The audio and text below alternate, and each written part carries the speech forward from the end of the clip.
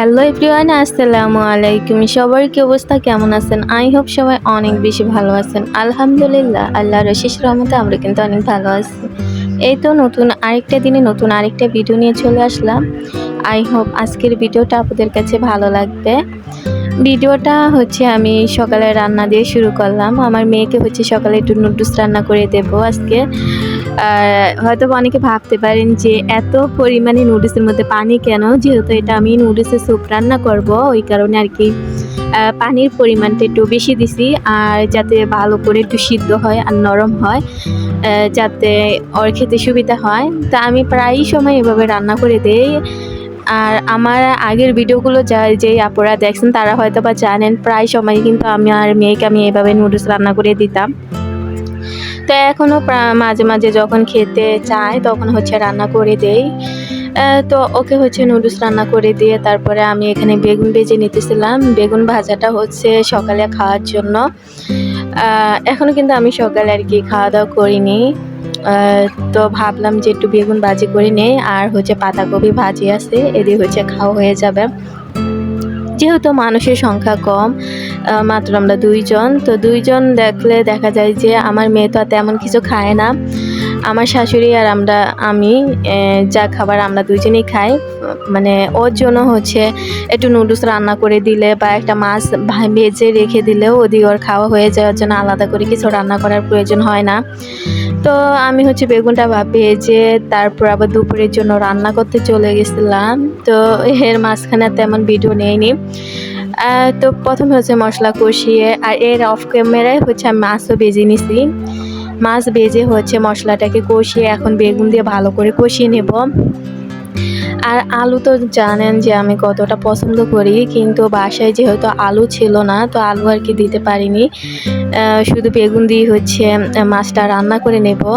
আলু আমি সব তরকারিতেই হচ্ছে আলু দেই, কিন্তু আজকে হচ্ছে বাসায় আলু ছিল না দেখে আর কি দেইনি, না হলে দিতাম।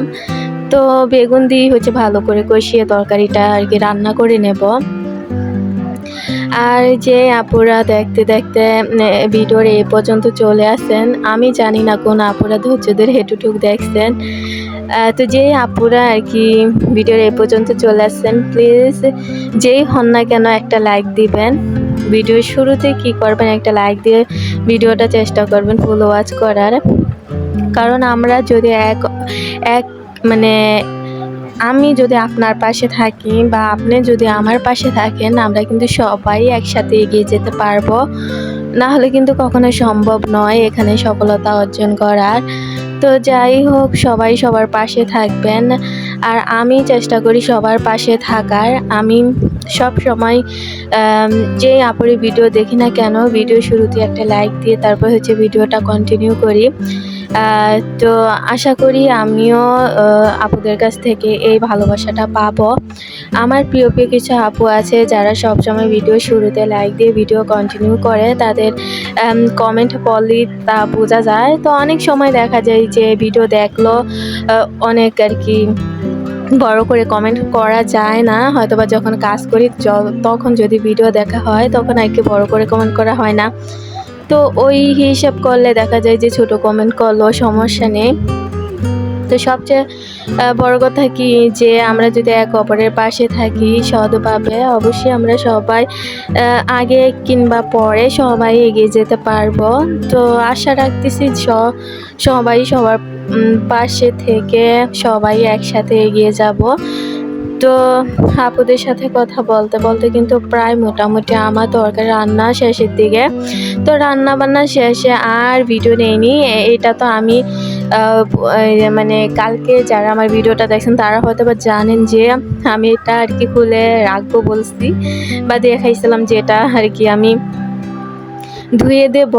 তো তখন হয়তোবা যারা দেখছেন তারা হয়তোবা বুঝতে পারেন নাই যে এটা কত পরিমাণে ময়লা ছিল।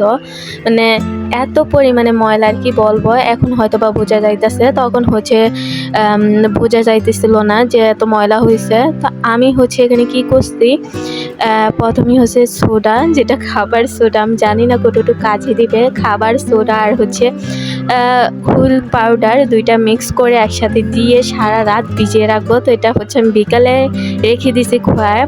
এখন হচ্ছে বেশি করে পানি দিয়ে তারপরে হচ্ছে আর কি রেখে দেব। এই জিনিসটা হচ্ছে আমার শখের, মানে আমার মেয়ে যখন 1.5 বছর তখন হচ্ছে ফোম কেটে কেটে তারপরে এই জিনিসটা আমি তৈরি করি, মানে ফোম হচ্ছে ব্লেড দিয়ে কেটে আর কি গোল করে করে এই শেপগুলো দেয়। তাহলে আপনারা বুঝতে পারতেছেন যে এটা বানাতে আমার কতদিন সময় লাগছে একা হাতে। এটা বানাতে প্রায় আমার 1.5 মাসের মতো লাগছে। আমি রুম পাল্টালেও কি হবে, এটা আমি যেখানেই যাই নিয়ে যাই, যেহেতু এটা আমার একটা শখের জিনিস। হয়তো বা অনেকের কাছে ভালো লাগতে নাও পারে, কিন্তু এই জিনিসটা আমার কাছে বেশ ভালো লাগে। আর এই জিনিসটা বানানোর পরে আমি অনেকের কাছ থেকে অনেক প্রশংসা পাইছি যে এটা নাকি অনেক সুন্দর হয়েছে। তো ওইটা তাদের কাছে, অনেকের কাছে ভালো লাগতে পারে, নাও লাগতে পারে, ওতে আমার কিছু আর কি যায় আসে না। আমার কথা হয়েছে আমার পছন্দ হয়েছে, আমার মনের মতো হয়েছে, ওই কারণে দেখা যায় যে যেখানেই যাই আমি এটা নিয়ে যাই। তো এটা কিন্তু ধোয়া যায় যেহেতু এটা ফোমের, তো ওই কারণে দেখা যায় যে এটা সারা রাত ভিজিয়ে রাখলে সকালে দেখবেন যে এমনিতেই ময়লাগুলো উঠে যাবে। তো আমি একটু সোডা ইউজ করলাম যাতে ময়লাগুলো আরও তাড়াতাড়ি উঠে যায়। আর এখনই দেখতেছিলাম যে প্রায় মোটামুটি আর কি উঠে যাইতেছিল। তো যেহেতু ফোম উপরে বেশি উঠতেছিল, তো আমি একটা বালতির মধ্যে একটু পানি দিয়ে হচ্ছে রেখে দিলাম। যেহেতু এটা ফোমেই ছিল তো পানির উপরে আর কি বেশি উঠতেছিল, তো ওই কারণে হচ্ছে বালতির মধ্যে একটু পানি দিয়ে হচ্ছে ওটা রেখে দিছি যাতে ভিজে ময়লাগুলো একেবারে উঠে যায়। আর সকালে হচ্ছে আমি ধুয়ে এটাকে একটু শুকিয়েছিলাম, শুকানোর পরে হচ্ছে এই তো এখন দেখতেই পারতেছেন মাশাআল্লাহ কতটা সুন্দর, একেবারে নতুনের মতো ঝকঝক হয়ে গেছে। মানে মনেই হইতেছে না যে এটা আজকে বানানো না, এটা অনেক আগে। তো মানে প্রায় 4 বছরের কাছাকাছি হবে এই জিনিসটা, কিন্তু এখনও ধুইলে যখন একটু ধোয়া হয় তখন দেখা যায় যে আবার নতুনের মতো চকচক করে।